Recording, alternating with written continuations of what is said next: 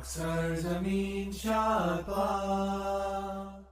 alaikum, I'm Manar from Morocco and you're watching Moroccastani Reactions. In today's video I'll react to the feat of Pakistani pilots that America will always remember.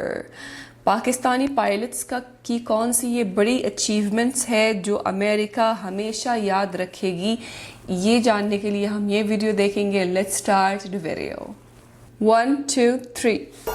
Search point کے تمام دیکھنے اور سننے والوں کو السلام علیکم.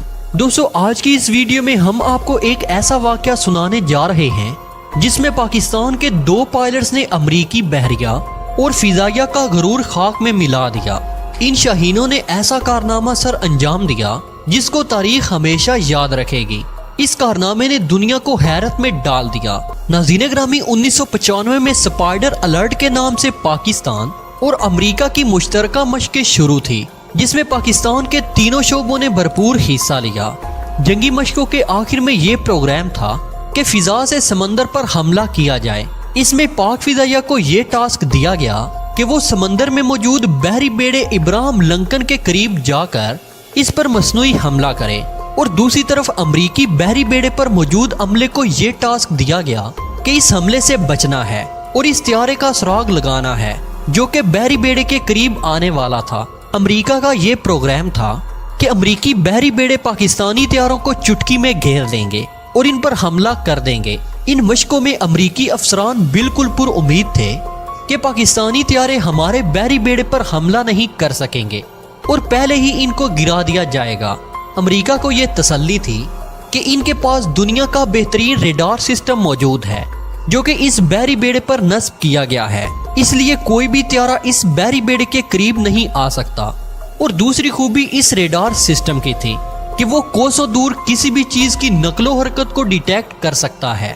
اور تیسری سب سے بڑی خوبی امریکی بحری بیڑے کی یہ تھی کہ اس بحری بیڑے پر جو موجود آپریشنل طیارے تھے وہ بھی جدید ترین طیارے تھے اور پاکستانی طیاروں سے زیادہ جدید اور تیز رفتار تھے. دوستو، جب پاکستانی پائلٹس کو اس مشن کے بارے میں بتایا گیا تو تمام پائلٹس نے اس مشن پر جانے کی خواہش ظاہر کی، یعنی کوئی بھی پائلٹ اس مشن پر جانے سے گھبرایا نہیں. لیکن اس مشن پر صرف 2 ہی پائلٹ جا سکتے تھے جنہوں نے معراج طیاروں کی مدد سے یہ آپریشن سر انجام دینا تھا. پیارے دوستو، افسران کی سلیکشن کے بعد 2 پائلٹس کو یہ مشن سونپا گیا جس میں ونگ کمانڈر عاصم سلیمان اور دوسرے فلائٹ لیفٹیننٹ احمد حسن شامل تھے. ونگ کمانڈر عاصم سلیمان اس وقت پاک فضائیہ کے کمانڈر آرٹ کے آفیسر بھی تھے. چنانچہ دوپہر کے 3 بجے دونوں پائلٹس نے مشن پر جانے سے پہلے اپنے طیاروں کی چیکنگ کی. ونگ کمانڈر نے احمد حسن کو بلایا اور پوچھا کہ تم اس مشن پر جانے کے لیے تیار ہو؟